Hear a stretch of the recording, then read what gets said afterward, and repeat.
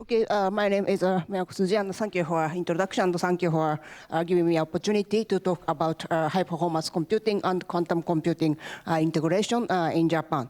So I'm RIKEN. I'm a unit leader of the quantum and HPC software environment, RIKEN Center for Computational Science, and I'm a professor of the Center for Computational Sciences, University of Tsukuba. So first, I will introduce our RIKEN and RCCS and our supercomputers. So our RIKEN Center for Computational Science is established in 2002, which the purpose is to operate the K computer. So K computer was our world fastest system, and so we will change the name from RIKEN AICS to RIKEN RCCS in 2018, and we start the public service of our current supercomputer Fugaku in 2021. So Fugaku was a world fastest system in 2021, and it is consists of the 158,976 general purpose many core CPUs. So the CPU is based on ARM architecture and So this is the organization of our RIKEN Center for Computational Science. Under the directors, we have several research team and operation team and Quantum-HPC hybrid platform division. Actually, our division is relatively new division, which start 2023. So the purpose is that we will investigate new computational infrastructure, integrating quantum and supercomputing technologies to expand the computational capabilities. So we are developing the software stacks for the platform and enhance the usability of our environment. So why quantum and HPC? So as already discussed in previous presentations today and yesterday, so many problems can be solved using supercomputers so far, but some problems require exponential execution time, so it cannot be solved even with supercomputers, so such as optimization or quantum simulation. So when solving large and realistic scientific problem using a quantum computer, so we may combining HPC with required for post-processing and pre-processing and so on. So for example, in quantum many-body programs, the part that generates the model is very well suited to the supercomputers and sufficiently fast. So considering the realistic speed and scalability, replacing everything with a quantum computer is not practical. So even a quantum computer becomes more larger and more high fidelity, we still need HPC supercomputers. So in future, so when inputting a quantum state at scale of hundreds of thousands of qubits, HPC will necessary to prepare these states. And practically, so in quantum chemistry and material science, so we try to combining quantum computer with existing quantum chemistry applications on HPC, so it is very important. So because so effective use of the quantum computer involves the fast obtaining a vertical state approximately, so close to the true ground state. So using HPC, then we employ the quantum computer to get a more fine result. And similarly, so for energy calculation on large molecules, so it is necessary to identify the portions truly required quantum computer, and this requires HPC. So I will move current situation of the quantum and HPC in Japan. So this shows the supercomputers and quantum computers with kind of relationship. We have more supercomputer in Japan, of course, and we have more quantum computers in Japan. But so far I know, so there are 3 big projects conducting in Japan. So by the way, so the circuit in this figure means an on-site hybrid. It means that the quantum computer and supercomputers are installed on the same place. So on the other hand, the relationship represented by LAN is a remote hybrid, which is simply connected through the internet or other network. So the first is the right top one is a GQuad. So GQuad is a very new center by AISTs, and so there are GPU supercomputer and 3 different kinds of new quantum computers will be installed or already installed, neutral atom, superconductive, and optical. So on the left top side, so there are another project conducted by RIKEN and several research institutes. And so we have a supercomputer Fugaku, as I explained.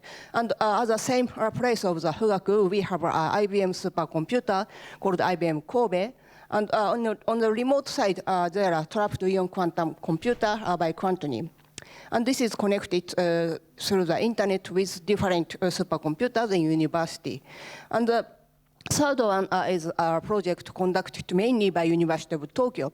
So this is a project to connect a supercomputer Miyagi, which is operated by University of Tokyo and University of Tsukuba collaboratively to the IBM Kawasaki. So IBM Kawasaki is another IBM's superconductive quantum computer installed in near Tokyo. And as well, so we have Japanese superconductive quantum computers, RIKEN and Fujitsu and the University of Osaka. So actually, so we have 4 quantum HPC projects. So one is a JHPC quantum. I will talk about it in detail, and TORIP, and ABCIQ, and QII, and the University of Tokyo, mainly conducted by University of Tokyo. So I will briefly introduce the ABCIQ's activity. So if you would like to know the detail of the ABCIQ, so there is Ryosei Takano from AIST, so that he may know more details than me. So there are 4 different systems. So one is a supercomputers called System H. It's NVIDIA's cluster of 505 nodes. So and it is work for the classical part of quantum HPC, as well as digital annealer and several quantum simulations. And another one is Fujitsu superconductive quantum computer of 64 qubit. And the next is the Quera neutral atom quantum computer. It's not 256, but sorry, there's a table. It's 260 qubit of the system. And another one is developed by University of Tokyo. It's called OptoQC, optical quantum computer. So these are connected and conducted through this kind of the software stack of the applications and quantum library, quantum framework, quantum circuit simulations, packaging tool, and workflow acceleration, the job scheduler, and system itself. So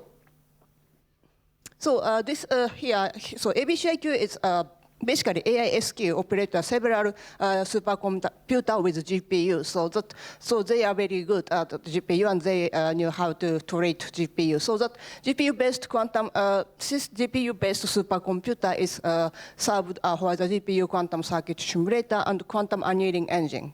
So simulator is it is already installed in this morning, NVIDIA's Q-Quantum. And annealing engine, so there are 2 kinds of digital annealer running on the GPU, Fujitsu digital annealer and fixed stats amplify AE. So, and to orchestrate the quantum and quantum hybrid application, so there is a workflow tools. And the web-based development environment will be available for this. So and this shows the schedule. So the first one, supercomputer is already delivered and start working. And the Fujitsu's quantum computer and Quera quantum computer will be available very soon. And next year, so optical quantum computer will start operations. So then let me move our activity. I already talked about it. So we are, RIKEN RCCS conducted 2 different types of the quantum HPC project. So one is called TORIP. So this is an internal project within RIKEN. So RIKEN is a very large comprehensive research institute which involves the supercomputer center and the quantum computer center. So in our center, so we operate supercomputers, and different center called RQC, RIKEN Quantum Computing Center, operate their own developed quantum computer. So in this project, so we are mainly connected to these 2 systems. On the right-hand side, so JHPC Quantum. So this is another project funded by the NEDO under the agency of the Ministry of Economy, Trade and Industry. So in here, so there are several partners are RIKEN, RCCS, SoftBank, industrial partner, University of Tokyo, and University of Osaka. So Osaka University recently changed their name from Osaka University to the University of Osaka. So anyway, so there are 4 partners attending this project, and the purpose of this project is that not only science but also promote early commercialization of the quantum computers by using HPC's computational resources. So this diagram shows a map of the system. So here,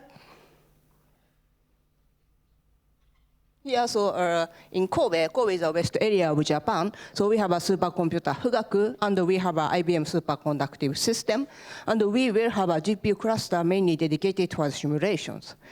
So on the here, so we have near Tokyo, so there's a main campus of RIKEN, and there's our own superconductive quantum computer called A, and a quantum strapped ion system called RIKEN. And so in addition to these systems, so we will connect several supercomputers in universities through the internet called SciNet. So SciNet is a very strong academic backbone network which enables us to relatively high-speed connection between different systems on different sites. So let me introduce our quantum systems. So first, we have IBM Kobe. It is a Heron superconductive 156. So it is already running. So on the first floor of our building. And RIKEN is a trapped ion quantum strap ion system model 1, 20 qubit, and it is also already running. Actually, it started running on last February. And A is RIKEN's superconductive quantum computer, and it is also in operation. So what is the A? So A is a RIKEN superconductive quantum computers. So this is a successor of the first developed superconductive qubit in Japan. And so there's a service that in 2023. So it started from 60 and now I'm in 64 and will be extended to 144 qubit. And their research partner, Fujitsu, is also developed 64 qubit by their own technology. And so there are some branches. So RIKEN will be extended 64 to 144. On the other hand, so Fujitsu is more challenging that they will make 256 qubit superconductive quantum computers. So RIKEN is a quantum strapped ion quantum computer installed in the main campus of RIKEN near Tokyo. So it is a H1 system of the 12 qubit. And this is IBM Heron 156 qubit. So first I will briefly introduce the TRIP project. So within RIKEN, which connects the A and Fugaku. So we have in early in 2023 to 2024, we conducted several proof of concept experiments which offload something from supercomputer Fugaku in Kobe to quantum computer A. So something like this. So and this diagram shows programs. So first, we tried to use Curie part developed by University of Osaka. So this Curie part is a software especially developed for supercomputer, especially developed for the quantum computer A. So the client program from left to right. So client program is running on supercomputer Fugaku, and then it invokes a kind of submitter program which use Curie part Liquid to call the REST API of the backend system of RIKEN's quantum computers. Then something is running on the RIKEN quantum computer and back result to the supercomputer Fugaku. And another one is that we use a C++ REST SDK, just directly call the quantum computer from supercomputer Fugaku. And this is a result of the execution time of very simple step-by-step workflow. So in this case, so that we use open quantum circuit encoding to embed giving quantum state. So actually, so we embed kind of the images of the very small images to quantum algorithm and run quantum algorithm that get a result. So result will be a kind of the original images. So and this shows the execution time of the circuit, which encoded for 60 pixel images. So the left-hand side is a result of the which we use a Python, and the right-hand side is a result of the which I use a C++. So obviously, C++ is better than Python. And other important thing is that in the breakdown of the execution time, that gray one it's a circuit execution time, and basically, so it may take 10 minutes for the 1,000 execution, including the post and pro-processing in backend and FPGA servers dedicated to quantum computers. So something our concern is that there are many pending jobs in the queue, then the waiting time of the quantum computer will be longer and longer and longer and so on. So that based on our proof of concept experiment, we found that our programming model cannot be used in our supercomputer system. So coordinated scheduling with quantum computer and supercomputer will be required to avoid the long waiting time. And execution of HPC program running on multiple nodes should not be idle as possible as it can. So another thing is that the major programming environment of quantum program developed Python-based. But actually, Python is difficult to be combined with HPC programs such as MPI, multi-threaded program, C or C++, and Fortran.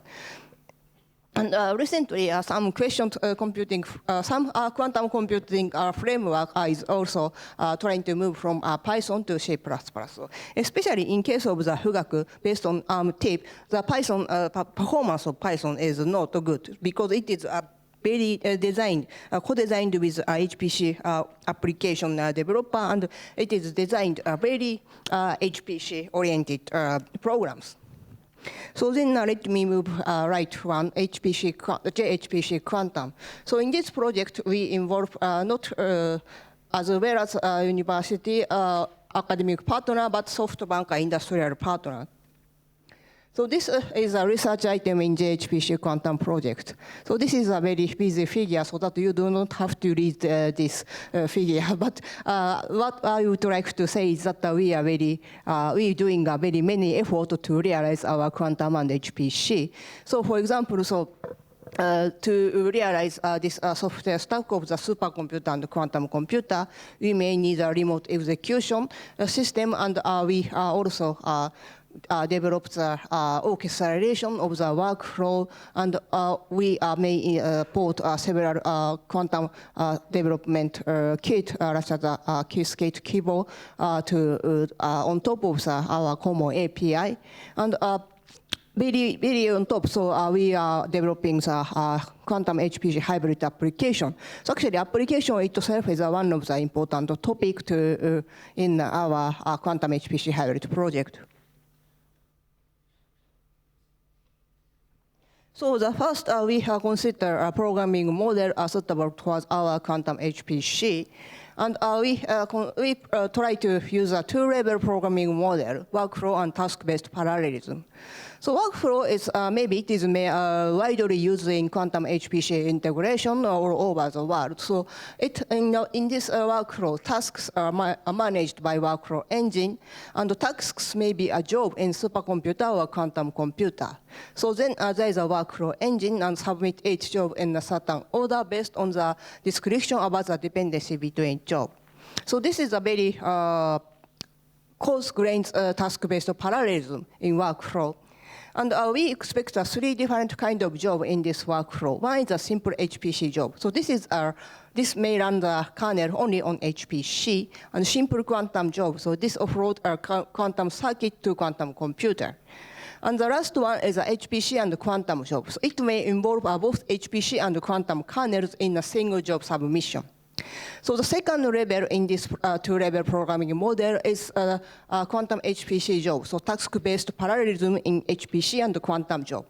So this is a more fine-grained task-based parallelism realized in HPC and quantum. So it may offload quantum kernels to quantum computers through a remote procedure called RPC. And a single quantum HPC job may offload multiple kernels. So RPC is because it is a synchronous mechanism, so it means that if something running on the quantum computer, maybe the HPC can do different things simultaneously. So why we need a first layer workflow, job scheduler based workflow? So because as I say that we would like to avoid the waiting time in quantum computer and supercomputer. So because both of the quantum computer and supercomputers are very expensive and precise computational resources shared by many users. So if we use separate quantum kernels and HPC kernels, then we can. And then we define the order. We can avoid the idle. We can include the throughput of the two different systems. So originally, as shown in the right-hand side, we considered to design the cost scheduler, which reserves the computational resources on HPC and the quantum computer at the same time. But as you see that if workflow is something like step-by-step HPC, quantum HPC, then one of them should be idling. So on the other hand, if we introduce a job workflow managing system working with job scheduler, then if something running on HPC, then the other users can use a quantum computer based on the strategy of the job scheduling system dedicated to the different system. And if so, for example, the workflow uses a quantum system, then different users who try to use HPC only can use the computation time at the same time, and so on. But if program is more complicated and there are many small fine-grained kernels of quantum and HPC, it may not be a good idea to use workflow with the job scheduler system. Because so far, if you use the job scheduler, then you cannot avoid the waiting time to start your job. So it means that it sometimes enlong your application execution time so much. So in this case, we allow HPC system directly offload the circuits to quantum computers. So, but after the job is started here, then if there is a kernel which will be executed on quantum system, then maybe supercomputer will request the job execution to quantum computer. But if there are many users who try to use quantum computer and there are very long queue, then supercomputer still have to wait. So that waiting time or idling time is which we most like to avoid. And especially in case of supercomputer Fugaku, which consume 20 megawatt per hour. So it is very stupid idea to put it on at the end of the queue and wait it. So that in our programming model, we allow the request to quantum computer from supercomputer to cut in the queue. So it means that this diagram shows the full application execution of our system. So first, we have a workflow. And in the workflow, there will be a kernel of simple HPC and simple quantum or quantum HPC. And the simple quantum job will go to the very special node and send to the our coordinate scheduler. We call it push request scheduler. And HPC job or HPC quantum job will be submitted to the HPC job scheduler. I cannot. Sorry, sir. Okay, so a job scheduler, and then send and then it's running on the supercomputers. And sometimes it may send some kernel to the quantum computer. But in our case, it may be not directly sent to quantum computer, but it is also sent the same scheduler where a simple QC job will be waiting. But because we try to combine HPC and quantum very effectively, so that some request from HPC will be highly prioritized. So it means that the request of the simple quantum job will be queued and maybe served first come, first served. So on the other hand, something from HPC is always goes the first position, even if there are many waiting requests from quantum computer. And then it may be sent to the quantum computer and processed, and the result will be back. So this diagram shows our request schedulers. So I will omit to detail, but first client submit a job to the broker, and then broker register job to database. As same as that, it may be send a job to scheduler. And if the job is coming from general users, it just put it at the end of the queue. So on the other hand, if the request is coming from supercomputer, so it is put it to the first position of the queue. And it's sent to the something called invoker, and the invoker sends a request to the IBM or Quantium's different quantum computers. So this shows our software stack of the JHPC Quantum. So first, there is a workflow, and a workflow may run as a Quantum-HPC hybrid applications or Python-based quantum applications. So far, we support the ticket, Qiskit, Fugaku. And if a user uses very something old-fashioned cloud service API, then of course you can use it, and you can contact IBM, Quantum, or will be our simulators. So on the other hand, if you try to use this same framework of the, with our own scheduler, then this Python-based framework also can send a job to our scheduler. So between the HPC job and quantum computer, so as I already said, there is a scheduler, and the scheduler have an API to the different QPU. So an additional features in IBM Kobe will be a transpile. So basically, IBM Kobe need a transpilation so before the execution. So we support several API to get the information to be used for transpile and transpilation itself. And another important thing is user authorization. So there is a client and the scheduler, and between them, so we we perform the authorizations. So basically, we adopt the JWT client authorization and TLS client certification. It means that at the beginning of the session, JWT authorization is carried out over a TLC server authenticated channel to guarantee the communication conditionally and integrity. And the scheduler and there is an authorization between the scheduler and the QC backend server. So it means that user control will be done only in our QC request scheduler, not quantum computer side. So it means that we, in addition to our software stack, we have authorization and session certifications. And this is an example of the C and C++ programming on our library. So first, we have, this is a very simple C program, and which may construct a circuit and set a parameter and run the circuit and get a result. And of course, this is a synchronous one, so it means that between program running and get a result, you can insert your own HPC program. And of course, you can use MPI or OpenMP or other parallelization method on this programming model. And of course, we also support the Qiskit ticket and CUDA Quantum for development of users' application. In this case, this is almost the same as the general Qiskit version, but user may have to write some of the short additional code to make use of our SQC backend. So this diagram shows system configurations.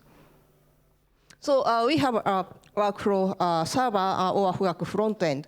And so if you are familiar with a supercomputer, as you know that there are several different kinds of queue on supercomputers. And we have a very many kind of queues system on supercomputer. Fugaku dedicated Fugaku, which will work for the quantum and HPC job. So we define the we acquired the 96 node of the HPC QC partition on Fugaku. So it means that our quantum HPC user use this 96 node of Fugaku. And if you need more number of nodes, then you have to use the general partitions. And this job running on the supercomputer Fugaku will send to the request server, and we launch different request server for different systems. And by using this queue, we control the number of HPC applications which use different quantum computers. Because if there are many requests from different users to different same quantum computer, then our prioritized framework may not work. And in addition, so we may have some access from the different University of Supercomputer to our request server. So this diagram shows physical and logical connection between supercomputer and quantum computers. So actually, our supercomputer Fugaku has a direct connection service gateway. And using this gateway, we connect the IBM Direct Access Server and IBM Request Server for IBM to a supercomputer Fugaku. And because quantum computer is placed physically different from the core-based supercomputer Fugaku, so we we connect them through the virtual local area network, same as the case of the co-located IBM quantum computer and supercomputer Fugaku. So, at the end, I would like to introduce our use cases, quantum HPC hybrid applications. So we are focusing on the following application areas. First, quantum chemistry and quantum machine learning. And as maybe you already find our archive papers or others, so we already have several application result on the quantum chemistry application. So one is a ground state computation using IBM quantum computer, and the other one is using Quantum and quantum HPC hybrid coarse-grained workflow with RIKEN and Fugaku. So in this case, in the first case, we use sample-based quantum diagonalization on supercomputer and quantum computers. The right-hand side is a sampling of a specific quantum circuit. And after the sampling, we use this large right-hand side computation on supercomputer Fugaku. So basically, if first we perform the configuration recovery, and using this decoupled configuration, we make a sub-sample space and distribute it among them among several nodes of the supercomputer, and collect the lowest energy and average the occupancy of the quantum energy state of the specific target molecules. I have animation, I forget. So anyway, so so in this case, we incorporate quantum computer chemistry in a quantum-centric quantum architecture with IBM and our RIKEN application team. So we use 6400 node of the supercomputer Fugaku. Actually, 6400 is a very small part of Fugaku, and we also use IBM's It's not IBM Kobe, but different IBM systems. And we develop more large and more good iterative computations using the full system of Fugaku and IBM Kobe. So first, we develop a new algorithm which use iterative optimization based on the sampling-based method. So we launch several optimization algorithms simultaneously. Actually, so we launch two different optimization simultaneously, and then if the one uses a quantum computer, the other one uses a supercomputer, and if the one uses quantum computer, the other one uses a quantum computer, and so on. So by doing this, so we can use both quantum and HPC system very effectively. And we developed a new diagonalization algorithm and a new workflow, and achieve a very good result of the 10 to 9 dimensions. So the other example is using RIKEN and and Fugaku. So in this case, this is a very kind of loosely coupled workflow using just to use a job scheduler because ion-trapped system itself takes a very long time. It means that the waiting time in HPC side is sometimes unavoidable. So in this case, this is something like a QMMM method, which first computes large size weak scale electron correlation in supercomputer Fugaku, and then we find a kind of the important point and compute a small size and strong electric correlation using quantum computers. And the workflow is orchestrated by the workflow framework called TIA crisis developed by Quantum-HPC. So, and we have more application. So we are conducting the test user program. So this call for application proposal to utilize our hybrid platform. And we would like to obtain feedback on our hybrid platform. So far, we accept the 21 proposal, and we already conduct MOU of the 9 of the 21, as shown here. So we have several proposals from university and as well as industrial partners such as JSR, Toyota, SoftBank, and Mitsubishi Chemical Corporation, and so on. The area of application is something like this. So most of them are material or drug discovery, but we also have a design and manufacturing application proposed by Toyota. So this is a schedule of our Quantum-HPC hybrid platform. So far, we start trial operation, and after the stage gate, kind of the evaluation, the project, and we are successfully past the evaluation, we continue to our operation by 2028. And this is a summary of my talk. So I introduce the different HPC quantum project in Japan and some detail about the JHPC quantum project programming and software scheduler and use cases. And this is acknowledgement. Thank you.